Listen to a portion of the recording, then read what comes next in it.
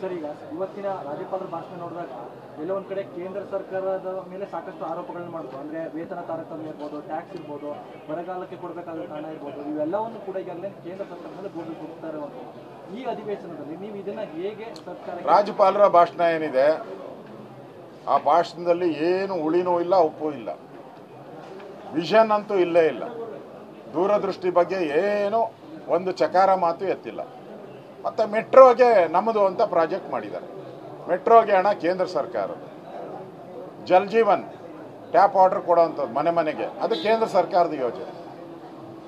ಶಿವಮೊಗ್ಗದ ಏರ್ಪೋರ್ಟ್ ಯಡಿಯೂರಪ್ಪ ಇದ್ದಾಗ ಕಂಪ್ಲೀಟ್, ನಮ್ಮ ಸರ್ಕಾರ ಇದ್ದಾಗ ಅದು ಕಂಪ್ಲೀಟ್ ಆಗಿತ್ತು. ಅದನ್ನು ನಾವೇ ಮಾಡಿದಿರಿ ಅಂತ ಬಿಂಬಿಸ್ತಾ ಇದ್ದಾರೆ. ಇವೆಲ್ಲನೂ ಕೂಡ ಕೇಂದ್ರ ಸರ್ಕಾರದ ಯೋಜನೆಗಳೆಲ್ಲ ನಮ್ಮದು ಅಂತ ಹೇಳ್ತಾ ಇದ್ದಾರೆ. ಬಿಟ್ಟರೆ ಅವ್ರದ್ದು ಯಾವುದೇ ಹೊಸ ಯೋಜನೆ, ಒಂದೇ ಒಂದು ನೀರಾವರಿ ಯೋಜನೆಗಳನ್ನು ಕೂಡ ಹೊಸದಾಗಿ ಘೋಷಣೆಯನ್ನು ಮಾಡಿಲ್ಲ. ಒಂದೇ ಒಂದು ಡೆವಲಪ್ಮೆಂಟ್ ವರ್ಕ್ ರಾಜ್ಯದಲ್ಲಿ ರಸ್ತೆಗಳ ಬಗ್ಗೆ ಇರ್ಬೋದು, ಕುಡಿಯೋ ನೀರಿನ ಬಗ್ಗೆ ಇರ್ಬೋದು, ಯಾವುದು ಕೂಡ ಇದರಲ್ಲಿ ಮೆನ್ಷನ್ನೇ ಮಾಡಿಲ್ಲ. ಸುಮ್ಮನೆ ರಾಜ್ಯಪಾಲರ ಕೈಲಿ ಸುಳ್ಳನ್ನು ಹೇಳಿಸಿರುವಂಥ ಸಿದ್ದರಾಮಯ್ಯನವ್ರಿಗೆ ನೋಬೆಲ್ ಪ್ರಶಸ್ತಿ ಕೊಡಬೇಕು.